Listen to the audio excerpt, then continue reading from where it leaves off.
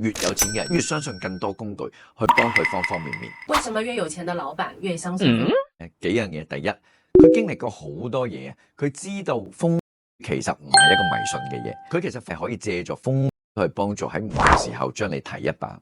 第一，第二，你越有錢，你越怕失去，因為你揾過咁多錢，我有好多老闆可能係幾十億身家嘅，佢係咁辛苦積你一個富，佢第一要守，第二要攻，所以風水有時候可以幫到佢某一部分。同時間佢哋一定會問埋佢自己嘅命運，點解啊？因為佢有時驚某啲年份，哎呀係咪慘啊等等，佢要全方位嘅去守。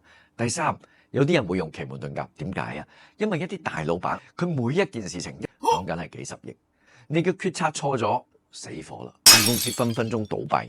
所以點解每一樣嘢都要用極致嘅工具去幫助？喺呢個情況底下，風奇門遁甲甚至乎八就係你嘅軍師，去幫助呢啲大老闆。我哋英文叫 make decision。